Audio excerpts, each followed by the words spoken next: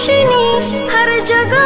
ہم کریں، علم کی روشنی ہر جگہ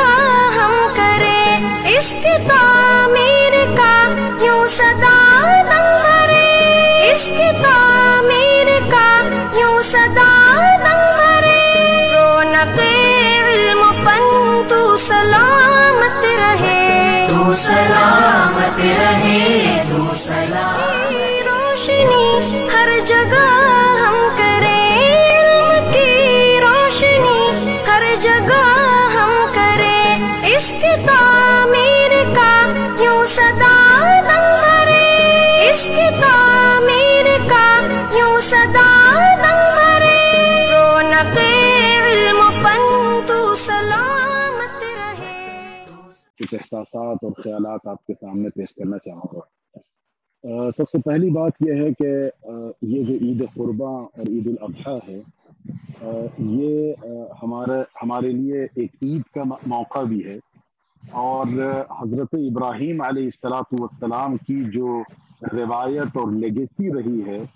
ہم اس کے امین اور پاسدار بھی ہیں۔ یعنی کہ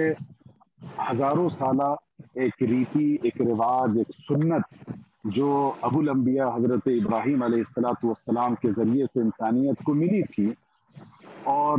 اللہ تعالیٰ نے اس ادا کو زندہ رکھنا چاہا تو آقا جناب محمد رسول اللہ صلی اللہ علیہ وسلم کو اس کا پابند بنا دیا، اور صبح قیامت تک انشاءاللہ یہ سنت زندہ و تابندہ رہے گی، اور اہل ایمان اور کلمہ گو ہمیشہ پورے جوش و خروش کے ساتھ اور جذب و شوق کے ساتھ اس سنت کو ادا کرتے رہیں گے۔ لیکن اس میں بنیادی طور پر دو تین نکات ہیں جس کی طرف ہم توجہ دلانا چاہیں گے کہ اس پوری کہانی کا سب سے اہم کردار حضرت ابراہیم علیہ السلام ہے، اور دوسرا کردار حضرت اسماعیل علیہ السلام ہے۔ قرآن مجید نے دو پیغمبروں کی زندگی کو اسوہ کے طور پر پیش کیا ہے، ایک آقا جناب محمد رسول اللہ صلی اللہ علیہ وسلم اور دوسرے حضرت ابراہیم علیہ السلام۔ یہ عجب اتفاق کہیے یا اللہ کا فیصلہ کہیے کہ اللہ تعالیٰ نے ان دو ہی پیغمبروں کو امت کے لیے اور اگلی آنے والی انسانیت کے لیے ایک آئیڈیل، نمونہ اور اسوہ بنا کر بھیجا ہے۔ بلا شبہ تمام مسلمانوں کے لیے وہ اسوہ اور آئیڈیل ہیں، لیکن جب میں ہندوستان کے تناظر میں حضرت ابراہیم علیہ السلام کی شخصیت اور ان کے کردار کو دیکھتا ہوں تو ایسا لگتا ہے کہ یہ دو اسوے ہمارے لیے بہت ضروری تھے۔ اگر یہ دو اسوے نہ ہوتے تو شاید ہم اس ملک کے لیے اپنا دعوتی اور اسلامی نقشہ نہیں تیار کر پاتے۔ حضرت ابراہیم علیہ السلام کا تعلق عراق سے تھا۔ عراق ایک مشرکانہ سرزمین تھی، وہاں بت پرستی تھی، جانوروں کی پوجا و پرستش ہوتی تھی، اور مختلف خدا بنا لیے گئے تھے، مختلف معبود تراش لیے گئے تھے، اور شرک و بت پرستی کا ایک ایسا بازار گرم تھا جس کی تصویر ہم آج کے اور ہزاروں سال قدیم ہندوستان کی تاریخ میں دیکھتے ہیں۔ تو یہ وہ کامن اور مشترکہ پوائنٹ ہے جو ہندوستان اور عراق یا رسول اللہ صلی اللہ علیہ وسلم اور حضرت ابراہیم کے درمیان مشترک تھا، کہ یہ دونوں پیغمبر ان قوموں کی طرف بھیجے گئے جو شرک و بت پرستی میں ملوث تھیں، اور انہوں نے شرک و بت پرستی کو اپنے بام عروج تک پہنچا دیا تھا۔ ایک نقطہ یہ ہے۔ دوسری بات، حضرت ابراہیم علیہ السلام کو ہم جس قربانی کے نام سے یاد کرتے ہیں وہ حضرت اسماعیل کی قربانی اور پھر اللہ کی طرف سے ایک دمبے کی قربانی، لیکن ان کی زندگی کا گہرائی اور گہرائی سے مطالعہ کیا جائے تو حضرت ابراہیم کو آزمائش اور امتحان کی جن پگڈنڈیوں سے گزارا گیا اور جن گلیاروں سے وہ گزر کر اپنے دعوتی اور پیغمبرانہ مشن پر قائم رہے، اس کا اگر مطالعہ کیا جائے تو صاف اندازہ ہوتا ہے کہ کوئی بھی قربانی ایسی نہیں تھی جو حضرت ابراہیم سے نہ لی گئی ہو۔ اپنے بچے کی، اپنے خاندان کی، اپنے ملک کی، اپنی آئیڈینٹی کی، اور خود ان کے اپنے وجود کی قربانی لی گئی۔ آپ کو پتا ہے کہ کس طرح انہیں آگ میں جلانے کے لیے، خاکستر کرنے کے لیے ایک بڑی آگ میں ڈال دیا گیا، اپنے وطن سے جلا وطن کیا گیا، اور نہ جانے کیسی کیسی آزمائشوں اور افتاد اور مصیبتوں سے انہیں گزارا گیا۔ تو گویا حضرت ابراہیم اپنی زندگی میں ہر طرح کی آزمائش سے گزارے گئے۔ آج اس ملک میں ہم جس درجے کے شہری بنائے جا رہے ہیں، ہمیں اچھوت بنایا جا رہا ہے، ہماری آئیڈینٹی کو ختم کرنے کی کوشش کی جا رہی ہے، ہم سے ہمارے فنڈامنٹل رائٹس لیے جا رہے ہیں، اور جس طریقے سے حضرت ابراہیم کو دھمکی دی گئی تھی کہ اگر تم ہمارے بتوں کے خلاف زبان درازی کرو گے تو ہم تمہاری موب لنچنگ کر دیں گے، تمہاری روٹیاں ادھیڑ کر رکھ دیں گے، ایگزیکٹلی وہی منظرنامہ آج کے ہندوستان کا ہے۔ اب ہمیں اس پوری کہانی سے جو سبق ملتا ہے وہ سب سے پہلا سبق یہ ہے کہ حضرت ابراہیم علیہ السلام نے جس طرح کی استقامت، پامردی، جواں مردی اور حوصلے کے ساتھ ان تمام شرک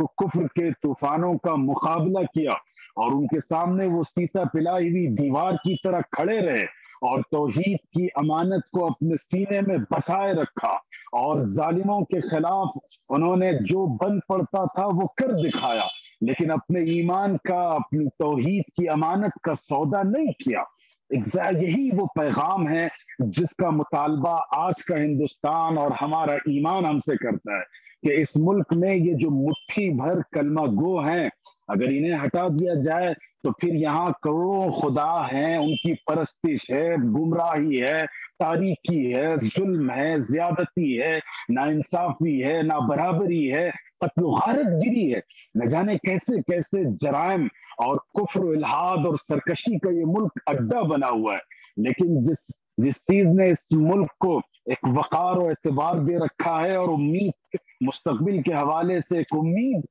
جگہ رکھی ہے، وہ اس ملک میں اہل توحید کے قافلے کا ہونا، کلمہ گو کارواں کی موجودگی نے یہ امید دے رکھی ہے کہ یہ ملک دوبارہ تاریکی سے روشنی کی طرف، گمراہی سے ہدایت کی طرف سفر کرے گا، اور خدا نہ خواستہ یہ مٹھی بھر مسلمان اس ملک سے ختم کر دیے گئے تو پھر یہ جہنم کی طرح اس کا حشر ہوگا۔ تو حضرت ابراہیم علیہ السلام کا اسوہ ہندوستان کے مسلمانوں کو اور اہل ایمان کو یہ پیغام دیتا ہے کہ تمہاری توحید کی امانت تم سے چھینی جائے گی، تمہارے ایمان پر ڈاکے ڈالے جائیں گے، شبہات و شبہات کے کانٹے چبھو کر تمہارے ایمان کو چرانے کی کوشش کی جائے گی، منظم اور مستحکم کوشش کی جائے گی، لیکن ابراہیم کو اپنا اسوہ سمجھنا اور پیغمبر اسلام محمد رسول اللہ صلی اللہ علیہ وسلم کو اپنا آئیڈیل سمجھنا اور اپنے ایمان کی اس پونجی کو بچانے کے لیے جو قربانی دینی پڑے، جس طرح اپنے سیکریفائس کرنا پڑے، ان تمام چیزوں کے لیے تیار رہنا، لیکن اپنے ایمان کا سودا نہ کرنا۔ یہی دوسرا نقطہ میں آپ کو دوسرے نقطے کی طرف میں اشارہ کرتا چلوں، وہ یہ ہے کہ دیکھیے ایمان کیا ہے؟ ایمان اللہ پر ایمان رکھنے کا نام ہے، وسائل پر ایمان رکھنے کا نام ایمان نہیں ہے۔ اگر ہم یہ سمجھتے ہیں کہ ہماری حکومتیں اور سیکورٹی سسٹم ہمارے جان کی حفاظت کر دے گا، ہمارے ایمان کی ضمانت دے گا، تو خدا کی قسم یہ ایمان کے خلاف ہے۔ ایمان یہ ہے کہ حضرت موسیٰ کی طرح جب سامنے سارے دروازے بند ہو جائیں اور لشکر جرار کا مقابلہ ہو، ایک طرف پیچھا کرنے والا فرعون کا وہ ظالم لشکر ہو اور سامنے دریائے نیل ہو، اس وقت امید کی لہریں اتنی جمع ہو جائیں کہ تمام تر وسائل کے نہ ہونے کے باوجود انسان کو اس بات پر یقین ہو کہ اللہ ہمیں نجات دیں گے۔ اور ایمان یہ ہے کہ جب حضرت ابراہیم علیہ السلام کو اس آگ میں، اس دہکتی ہوئی آگ میں ڈال دیا گیا، جب وسائل کی دنیا میں سارے وسائل ختم کر دیے گئے، امکان نہ تھا ان کے جینے اور بچنے کا، اس وقت بھی ابراہیم کو ایمان تھا اپنے رب پر، اور اس نے کہا کہ میرا رب مجھے بچائے گا، اور اللہ نے بچایا۔ تو یاد رکھیے گا کہ ہندوستان کے اس تناظر میں اگر آپ کا امتحان لیا جائے، آپ کے حقوق پر ڈاکہ ڈالا جائے، تو ان وسائل اور ان میڈیمز پر بھروسہ مت کیجیے، بلکہ اللہ پر ایمان رکھیے، ابراہیم سے ایمان پیدا کیجیے، تو آج بھی آگ گلزار کر سکتی ہے، آپ کی زندگی کو بہار سے متعارف کر سکتی ہے۔ تو اس لیے شرک و کفر کے اس طوفان میں اور ظلم و زیادتی اور طغیانی کے اس ماحول میں ہمیں صرف ایک اللہ پر بھروسہ رکھنا ہے، اسی پر ایمان اور یقین رکھنا ہے، اور اللہ پر ایمان رکھ کر اپنے ایمان اور توحید کی حفاظت کے لیے جو قربانی دینا پڑے ہم دیں گے، لیکن اپنے ایمان کا سودا نہیں کریں گے۔ حضرت ابراہیم کی زندگی کا یہ پیغام اور سبق ہمارے لیے ہے۔ آخری نقطہ جو اس مناسبت سے میں ذکر کرنا چاہتا ہوں، حضرت جابر کی روایت ہے، جابر بن عبداللہ کہتے ہیں کہ رسول اللہ صلی اللہ علیہ وسلم نے جب جانور کی قربانی دی، امام مسلم نے اس حدیث کو نقل کیا، تو اس وقت رسول اللہ صلی اللہ علیہ وسلم نے جو الفاظ دہرائے، جو ٹیکسٹ آپ صلی اللہ علیہ وسلم یا آپ نے جو دعا کی، اسے اپنے پیش نگاہ رکھیے۔ حضرت جابر فرماتے ہیں کہ اللہ کے رسول صلی اللہ علیہ وسلم نے فرمایا وجہت وجہی للذی فطر السماوات والارض حنیفا وما انا من المشرکین، کہ میں اپنے چہرے کو یکسو کرتا ہوں اپنی ذات کو اس خدا کی طرف جس نے آسمان اور زمین کو پیدا کیا، اور یکسو ہو کر میں اپنے وجود کے ساتھ اللہ کی طرف یکسو ہوتا ہوں، وما انا من المشرکین، اور میں شرک کرنے والوں میں سے نہیں ہوں۔ ان الفاظ پر غور کیجئے گا۔ دراصل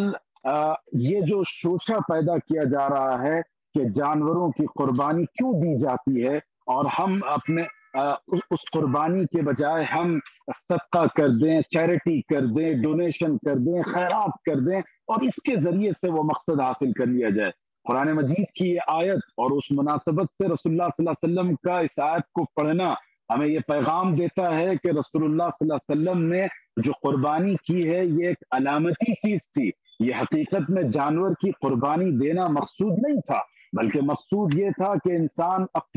اپنے تمام تر زندگی، اپنے پوٹینشل، اپنی کیپیبلٹی، اپنی کیپیسٹی، اپنی صلاحیت و استطاعت کے ساتھ اللہ کی طرف یکسو ہو جائے، اور تمام تر بلونگنگنس اور نسبتوں کو کاٹ کر اس بات کا اقرار کرے کہ میرا رشتہ صرف لا الہ الا اللہ اور محمد الرسول اللہ صلی اللہ علیہ وسلم سے ہے۔ تو یہ نافہم اور کم سمجھ بے شعور ہیں وہ لوگ جو یہ کہتے ہیں کہ قربانی کے بجائے صدقہ کر دیا جائے۔ یہ وہ علامتی عمل ہے جس سے ہمیں ایک ایمان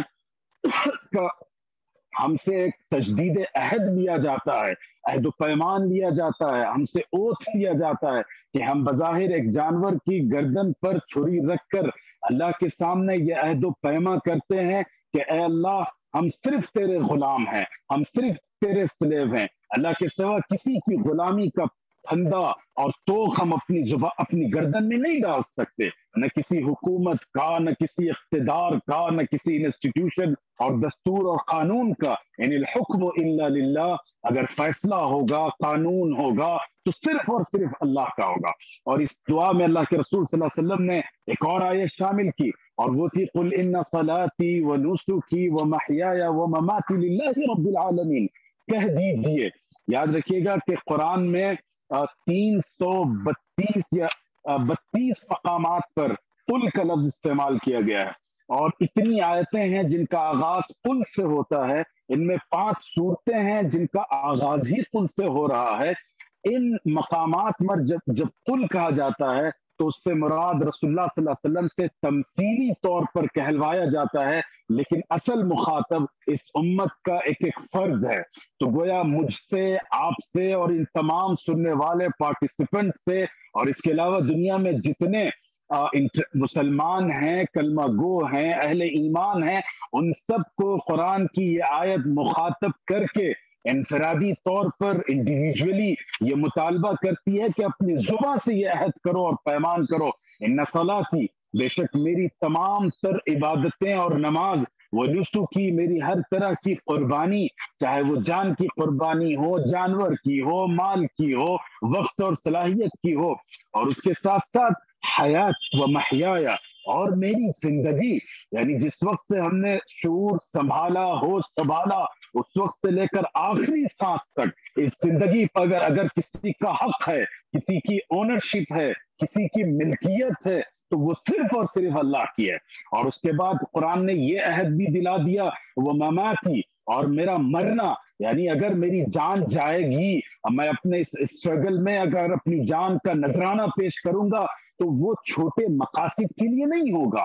بلکہ اعلیٰ ترین مقصد کے لیے، اعلیٰ کلمت اللہ کے لیے، اللہ کے دین کی سربلندی کے لیے، آقا جناب محمد رسول اللہ صلی اللہ علیہ وسلم کی سنت و سیرت اور ان کی شریعت سے دفاع کے لیے ہوگا۔ تو گویا اس امت کا ویژن اور مشن قرآن مجید کی یہ آیتیں طے کر دیتی ہیں اور بتا دیتی ہیں کہ تمہاری زندگی پر اگر کسی کا حق ہے تو صرف اور صرف اللہ کا ہے۔ یہ آیت ہمیں اللہ کی سلیوری اور غلامی اور عبدیت کا پیغام دیتی ہے۔ غلام کو نہ اپنی جان بیچنے کا حق ہے، نہ کسی اور کے حکم کی پیروی کرنے کا حق ہے، نہ کسی اور کی ملازمت کرنے کا حق ہوتا ہے۔ غلام تو اپنے آقا کا رہین ہوتا ہے، ہر لمحہ اس کی زندگی پر صرف اس کا حق ہوتا ہے۔ تو یہ آیتیں ہمیں یہ پیغام دیتی ہیں۔ تو رہ گئی رسم ازاں روح بلالی نہ رہی، آج قربانی ہر گھر اور درد پر دی جاتی ہے، لیکن قربانی کا جو مقصد ہے، اس کا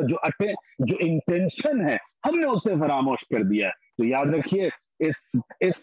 غلط فہمی سے نکلیے۔ نمبر ایک، حضرت ابراہیم کی زندگی کو اسوے کی حیثیت سے پڑھا جائے اور ان کے اسباق سے ہندوستان کے اس مشرکانہ ماحول میں اپنے لیے ایک اسٹریٹجی بنائیں، ایکشن پلان بنائیں، اور اس کی روشنی میں اس طوفان کا اور اس الحاد کا مقابلہ کیا جائے۔ آخر دوسری بات، قربانی کے اس پیغام کو سمجھیے کہ یہ ایک علامتی عمل ہے جو اصل میں ہم سے اوتھ لینے کے لیے اور عہد و پیما لینے کے لیے